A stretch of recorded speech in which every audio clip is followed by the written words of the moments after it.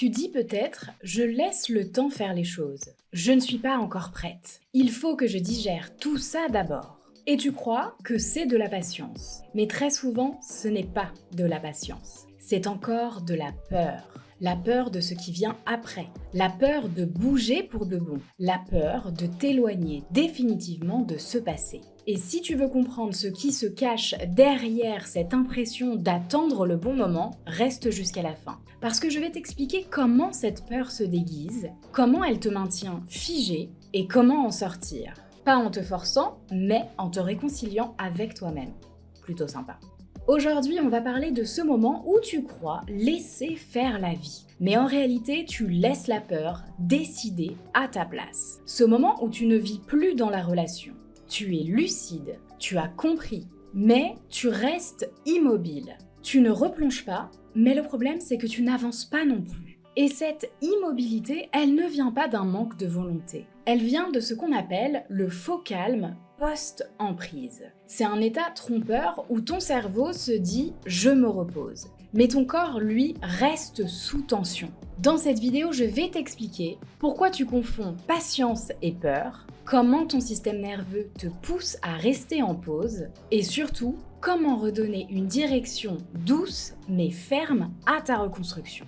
La patience, la vraie, c'est quand tu laisses le temps faire son œuvre pendant que tu avances. Mais la patience toxique, c'est quand tu attends pour ne pas sentir. Tu dis « je ne veux pas me précipiter », mais en réalité, tu veux éviter la confrontation avec le vide. Tu dis « je ne suis pas encore prête », mais souvent, tu veux simplement éviter la peur d'échouer. La peur de souffrir à nouveau, la peur de découvrir que la vie après lui, c'est à toi de la construire seul. Parce que le truc, c'est que quand tu attends, tu restes dans une forme de familiarité. Tu ne vis plus la douleur de la relation, mais tu gardes encore un lien avec ce qui t'est connu. Et ton cerveau, il préfère ça que le saut dans l'inconnu. Le fameux « je laisse le temps faire », c'est souvent une manière polie de dire « j'ai peur que le vrai mouvement me confronte à moi-même ».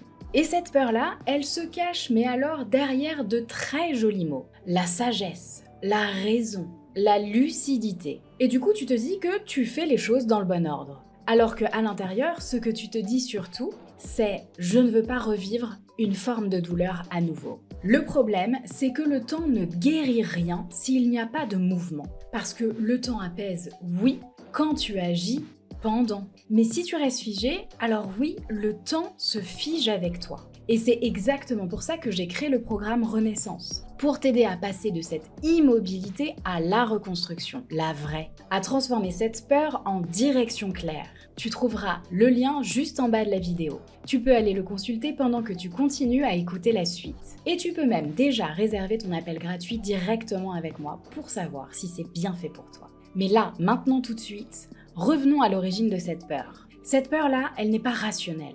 Elle vient de loin. Après une relation toxique où ton système nerveux est resté des mois en hypervigilance. Ton corps a fini par associer l'action, le mouvement, les choix à une forme de danger. Donc aujourd'hui, quand tu te dis que tu n'es pas prête, c'est simplement ton système de survie qui vient tirer le frein à main. Non, ce n'est pas de la paresse et non, ce n'est pas du déni. C'est un réflexe. Parce que ton corps croit encore que se mettre à bouger, c'est un danger. Et la vraie libération, c'est quand tu comprends ça, quand tu arrêtes de te juger pour ton immobilité et que tu commences à venir la rassurer. Parce qu'en réalité, la seule chose que la peur attend de toi, c'est une preuve que tu peux te faire confiance à nouveau. Et cette preuve, elle ne viendra pas du passé. Elle viendra évidemment du prochain pas que tu feras. Alors, comment on passe de « je patiente » à « j'avance » véritablement ?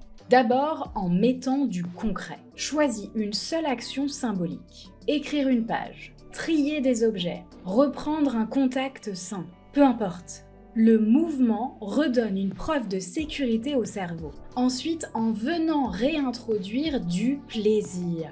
Mais pas le plaisir d'avant, hein. Celui du contrôle, de l'attente, des tensions, de l'intensité, mais le plaisir simple. Celui d'être bien, seul, là, ici et maintenant. Et surtout en remplaçant la phrase « je ne suis pas prête » par « je me prépare ». Parce que dans « je me prépare », il y a déjà de la vie, déjà de l'action. Et ça, c'est exactement ce qu'on fait dans le programme Renaissance. Te redonner confiance en ta capacité à te remettre en mouvement, sans te brusquer, mais sans rester bloqué dans la peur, déguisée en patience. La patience n'est pas ton ennemi, mais elle devient un piège quand elle sert d'alibi à la peur. Alors aujourd'hui, pose-toi cette question. Est-ce que j'attends parce que je respecte mon rythme ou parce que j'ai peur d'en avoir un? Si cette vidéo t'a parlé, c'est sans doute que tu es prête à avancer vraiment, même un peu, même doucement. Tu peux découvrir Renaissance, le programme de 90 jours pour te reconstruire durablement,